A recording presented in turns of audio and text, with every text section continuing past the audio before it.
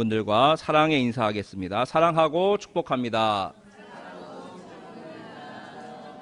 더위도 얼마 남지 않았습니다. 아멘. 네.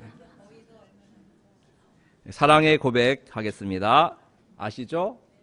자, 시작. 하나님 좋습니다. 하나님 감사합니다. 하나님 사랑합니다. 아멘. 네, 주님께서 우리의 찬양과 기도와 예배와 우리의 고백을 받아주실 줄로 믿습니다. 느헤미야의 기도라는 제목으로 하나님의 말씀을 전하겠습니다. 우리는 여행을 좋아합니다. 그래서 시간이 날 때마다 국내 여행, 해외 여행을 갑니다. 사람들은 왜 여행을 갈까요? 인문학자 강신주는 이렇게 말했습니다. 여행은 낡은 것을 내려놓고 새로운 것을 짊어지고 오는 것이다. 낡은 나를 버리고 새로운 내가 되는 것이 여행의 본질이다 라고 말했습니다. 그렇습니다. 여행은 낡은 나를 직면하고 버리고 새로워지는 시간입니다. 그래서 우리도 이제 여행을 좀 하려고 합니다. 국내 여행, 해외 여행은 아니고요. 말씀 여행입니다. 말씀 여행. 느헤미야서를 살펴보면서 말씀 여행을 떠나려고 합니다.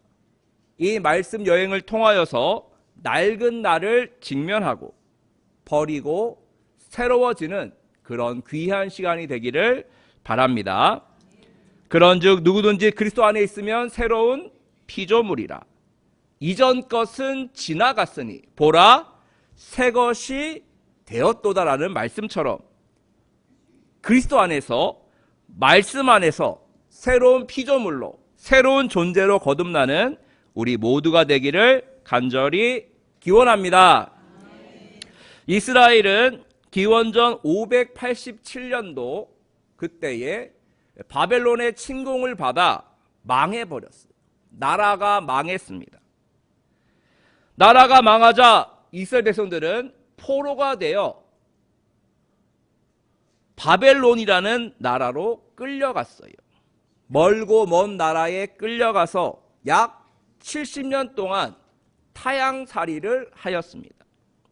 얼마나 고향이 그리웠을까요? 가고 싶어도 갈 수가 없었습니다.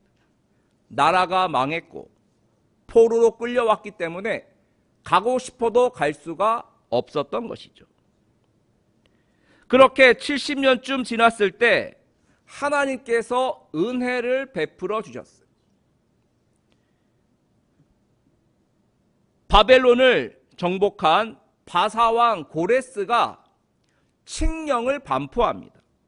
에스라 1장 1절부터 3절까지 말씀이 그 내용인데요. 제가 읽어드리겠습니다.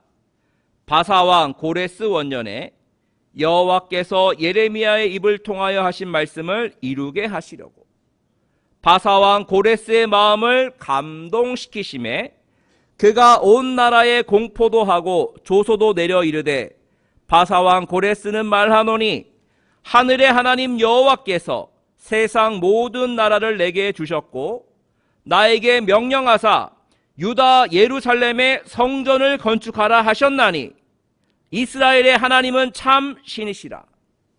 너희 중에 그의 백성된 자는 다 유다 예루살렘으로 올라가서 이스라엘의 하나님 여호와의 성전을 건축하라. 그는 예루살렘에 계신 하나님이시라.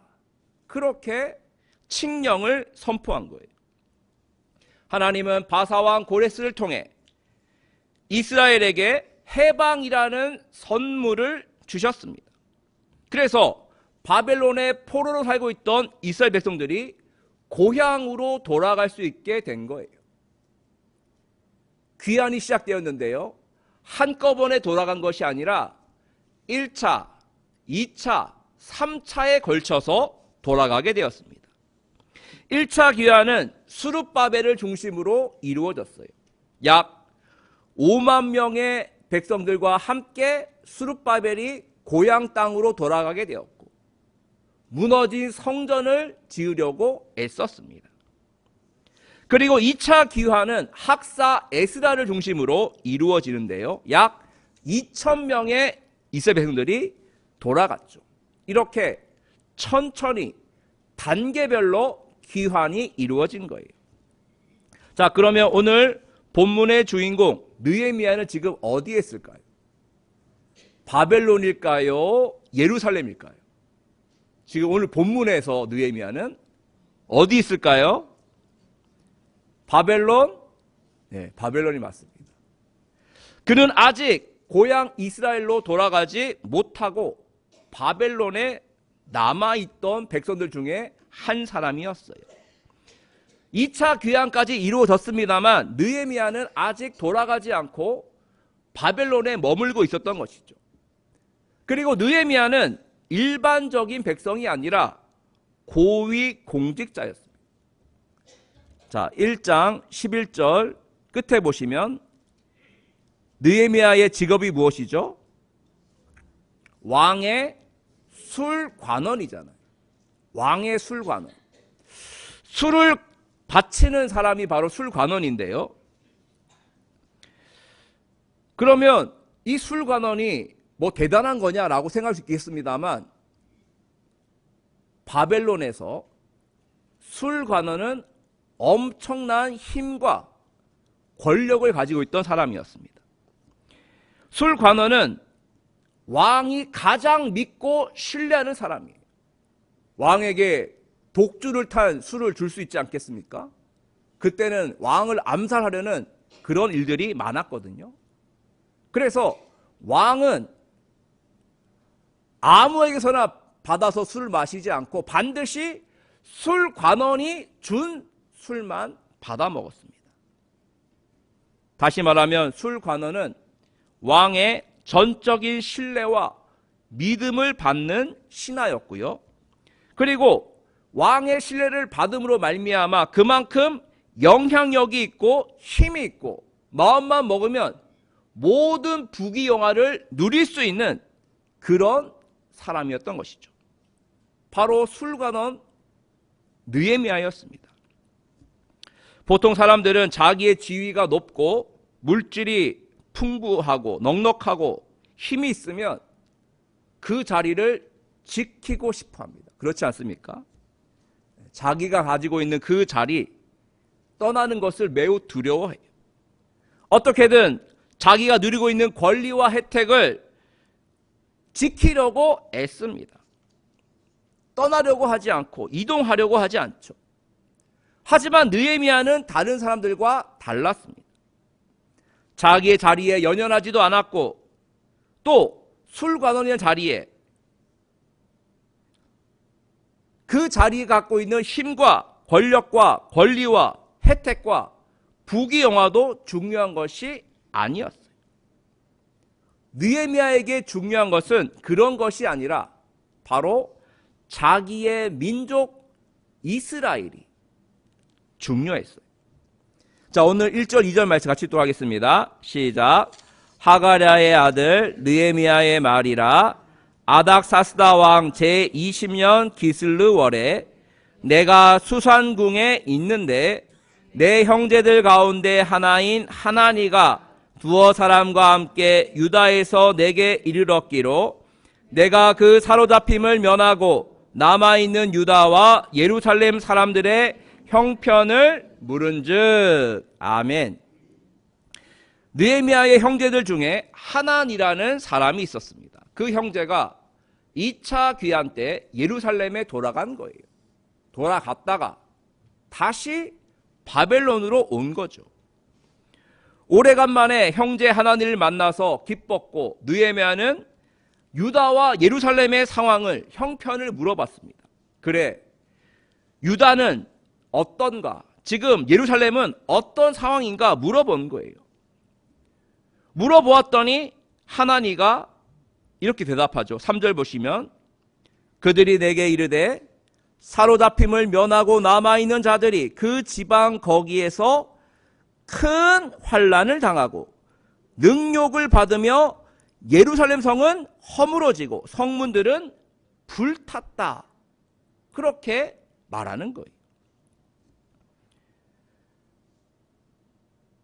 예루살렘이 좋은 줄 알았더니 그것이 아니었어요.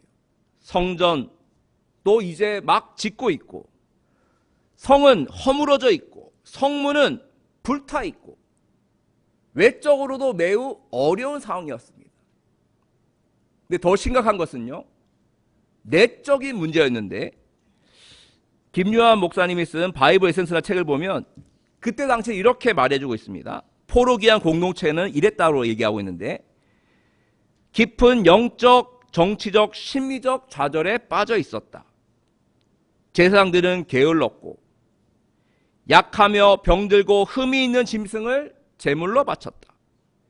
백성들이 11조를 내지 않음으로써 레위인들이 생계에 어려움을 겪다가 결국 성전 봉사를 포기했다.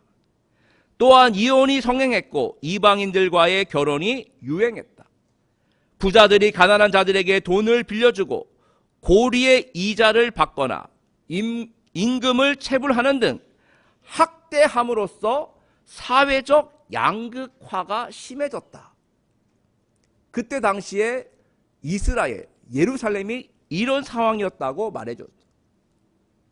그러니까 예루살렘 귀한 공동체는 외부적으로나 내부적으로나 심각한 침체에 빠져 있었던 것이죠. 이 소식을 들은 느헤미야는 어떻게 하였나요? 4절 말씀 보니까요. 내가 이 말을 듣고 앉아서 울고 수일 동안 슬퍼하며 하늘의 하나님 앞에 금식하며 기도했다 그랬어요. 사실 느헤미야는요, 울 필요가 없습니다. 그렇죠? 슬퍼할 필요가 없어요. 느헤미야는 바벨론에 있습니다. 그리고 자기가 있는 곳은 왕이 살고 있는 수산궁이에요. 수천 킬로미터 떨어져 있는 예루살렘이 황폐하든 말든 사실은 상관이 없는 거죠. 아, 그래? 좀 안 됐네. 안타깝네. 뭐 이 정도 하고 끝날 수도 있는 일이었어요. 그런데 느헤미야는 울고 수일 동안 슬퍼하며 금식하면서까지 하나님께 기도했던 거예요. 자기의 민족이 황폐하고 무너지고 환난과 능력 쪽에 있으니까 안타까워서 슬퍼하고 기도했던 것이죠. 느헤미야는 자기의 안위보다 자기의 민족 이스라엘이 더 걱정되었고 또 그만큼 그 민족을 사랑했던 거예요. 내 나라, 내 민족, 내 동포를 사랑해서 그는 그렇게 눈물로 기도를 했던 것입니다. 저는 오늘 이 말씀을 읽으면서 한 분이 생각났습니다. 바로 우리 민족의 독립을 위해 자신의 모든 것을 바쳤던 우당 이회영 선생님이 생각났어요. 우당 이회영 선생님은 서울 출신으로 2조 판서를 지낸 이유승의 사남으로 태어났습니다. 조선 제일이란 뜻의 사반갑족의 출신이었어요. 쉽게 말하면 조선에서 가장 잘 나가는 귀족 집안 사람이었습니다. 그런데 우당 선생님은 편하게 사는 것을 포기하고 독립운동에 힘썼습니다. 안창호를 중심으로 이갑, 전덕기, 양기탁, 이동영, 신채호 등과 같이 비밀결사 신민회를 조직하고 중앙위원으로 활동하였습니다. 1910년 국권을 빼앗기자 망명을 결심한 우당 일가는요, 비밀리에 전 재산을 처분해 약 40만 원의 거금을 마련하고 이것을 독립운동에 씁니다. 그때 쌀 한 섬이 3원이었대요. 3원. 그러니까 오늘의 화폐 가치로 환산하면 약 600억에 이르는 재산을 독립운동을 위해 다 내어놓은 것이죠. 월남 이상자 선생님이 이렇게 증언하였습니다. 동서 역사상 나라가 망한 때 나라를 떠난 충신 의사가 수백 수천에 그치지 않는다. 그러나 우당 일가족처럼 육형제 일가족 40명이 한마음으로 결의하고 나라를 떠난 일은 전무후무한 것이다. 장하다 우당의 형제는 참으로 그 형의 그 동생이라 할만하다. 육형제의 절이는 참으로 백세 청풍이 될 것이니 우리 동포의 가장 좋은 모범이 되리라 그랬어. 우당 선생님의 일가는 자기들의 모든 재산을 독립운동을 위해 내어놓았고, 우당 선생님은 평생 독립을 위해 힘쓰시다가 1932년 리순 감옥에서 순국하게 됩니다. 자기의 무사 안일과 안녕을 추구하지 않고 민족의 해방을 위해, 광복을 위해 자기를 내어주었던 그런 우당 선생님 같은 분들이 있었기에 우리들이 이러한 해방을 맞이할 수 있었던 것은 아닌가, 그렇게 생각됩니다. 느헤미야 역시 그랬습니다. 평생 부귀영화를 누릴 수 있는 왕의 술관원에 머물지 않고 자기 나라 민족을 위해 일했던 것이죠. 나중에 또 살펴보겠습니다만 그는 백성들을 이끌고 3차 귀환을 하게 됩니다. 그래서 무너진 성벽을 중수하고 학사 에스라와 함께 말씀운동, 신앙운동을 일으켰던 것이죠. 자기의 안위보다 나라와 민족을 더 생각하고 사랑했던 느헤미야의 모습이 우리들에게 감동을 줍니다. 아까도 언급했습니다만 이제 얼마 후면 81주년 광복전입니다. 광복, 빛을 되찾은 날이죠. 일제체할했던 우리 민족이, 어둠 속에 있던 우리 민족이 빛을 되찾은 날입니다. 한국기독장로회를 출범시킨 장공 김표준 목사님은 광복에 대해서 이렇게 말씀하셨습니다. 하나님께서는 우리에게 출애굽보다 못하지 않은 기적을 보여주셨습니다. 우리는 바벨론 포로 생활에서 노임받던 이스라엘 민족보다 더 놀라운 도움을 받았습니다. 이 모든 것이 하나님의 은혜입니다. 그렇게 말씀하셨습니다. 하나님께서 이스라엘 백성들을 출애굽시키시고 출바벨론 시키셨듯이 우리에게도 광복의 기쁨을 허락해 주셨습니다.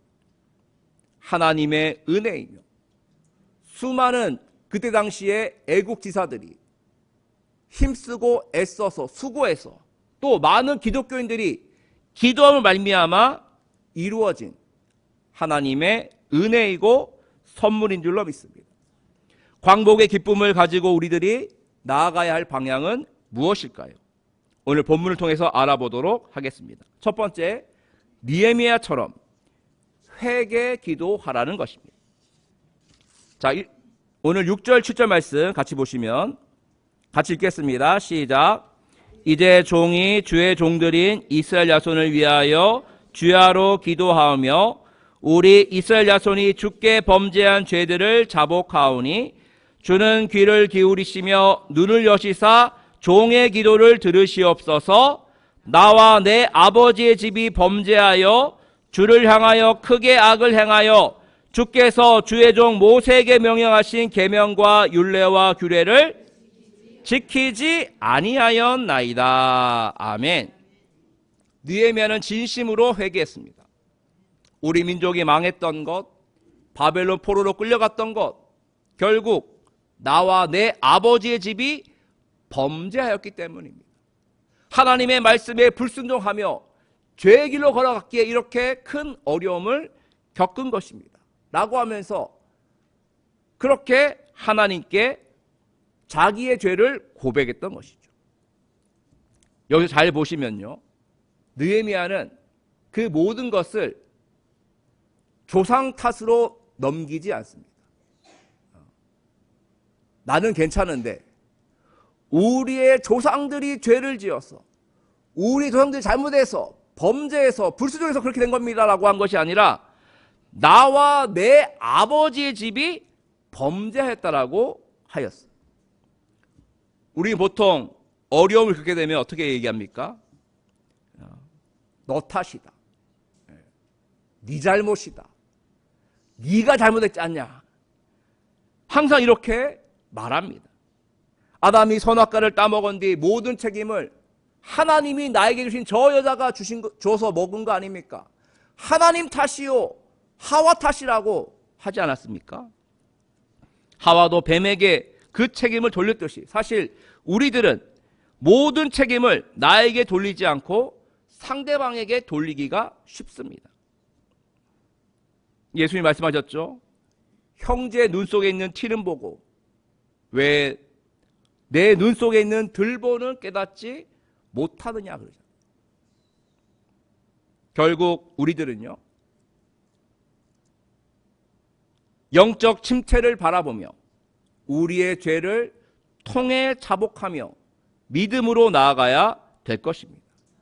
그리고 또한 우리들은요, 한국 교회의 영적 타락을 회개하며 기도해야 됩니다. 현재의 한국 교회는 매우 심각한 수준입니다.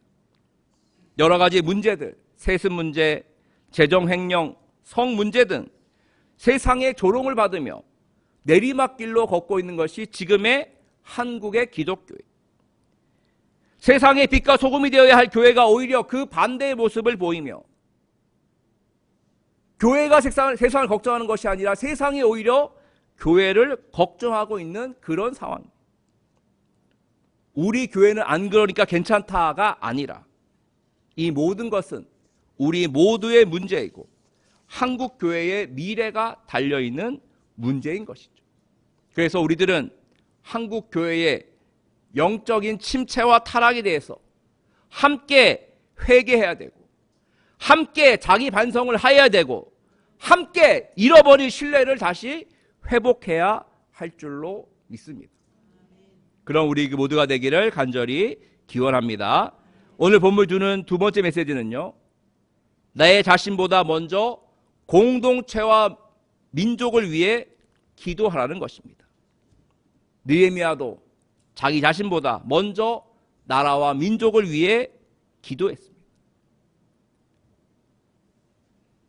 일제치하에 있을 때 수많은 그리스도인들은 나라와 민족을 위해, 해방을 위해, 광복을 위해 기도했습니다. 몸을 바치고 젊음을 바치고 인생을 바치며 수고하고 애썼기에 우리는 광복의 새 아침을 맞이할 수 있게 된 것입니다. 우리들 역시 나라와 민족을 위해 기도해야 할 줄로 믿습니다. 특별히 허리 잘린 한반도, 남과 북으로 나누어진 분단된 조국을 위해서 기도해야 할 것입니다. 서로 간의 적대를 종식하고 평화적 공존의 길로 나아갈 수 있도록 평화협정이 체결되고 다시는 이 땅 위에 전쟁이 일어나지 않도록 우리들은 계속적으로 기도하고 평화의 일꾼으로 일해야 할 것입니다. 또한 지금도 전쟁 중인 팔레스타인과 우크라이나, 러시아, 미국과 이란의 전쟁이 끝나도록 우리는 계속적으로 기도해야 할 것입니다. 나라와 민족을 위해, 세계 평화를 위해 기도하는 우리 모두가 되기를 간절히 기원합니다. 마지막으로 오늘 본문 주시는 세 번째 메시지는요, 언약의 하나님을 믿고 기도하라는 것입니다. 5절 말씀 같이 읽겠습니다. 시작. 이르되 하늘의 하나님 여호와 크고 두려우신 하나님이여 주를 사랑하고 주의 계명을 지키는 자에게 언약을 지키시며 긍휼을 베푸시는 주여 간구하나이다. 아멘. 느헤미야는 하나님이 언약을 지키시고 긍휼을 베푸시는 하나님이라고 고백했고 그 믿음으로 기도했어요. 우리가 어떻게 하나님의 은혜와 축복을 구할 수 있겠습니까?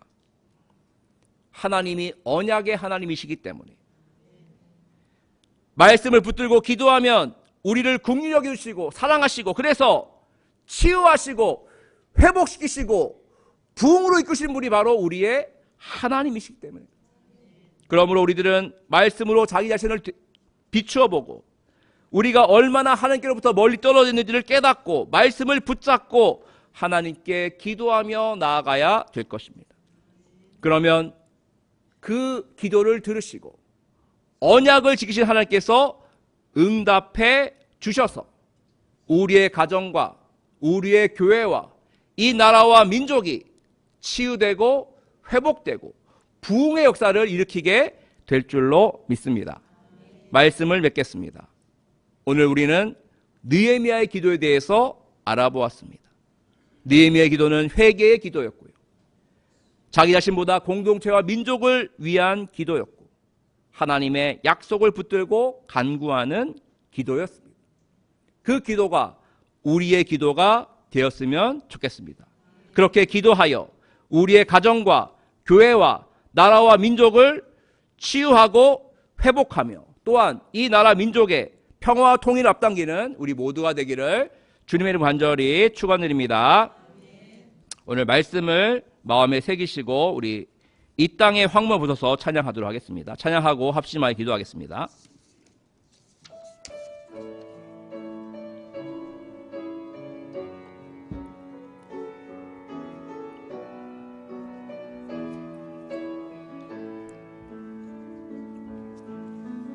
이 땅의 황무함을 보소서. 하늘의 하나님 긍휼을 베푸시는 주여, 우리의 죄악 용서하소서. 이 땅 고쳐주소서. 이제 우리 모두 하나 되어 이 땅에 무너진 기초를 다시 쌓을 때 우리의 후상들을 태우시 성령의 불 임하소서. 부흥의 불길 타오르게 하소서. 진리의 말씀 이 땅 새롭게 하소서. 은혜의 강물 흐르게 하소서. 성령의 바람 이제 불어와 오 주의 영광 가득한 새날 주소서. 오 주님 나라 이 땅에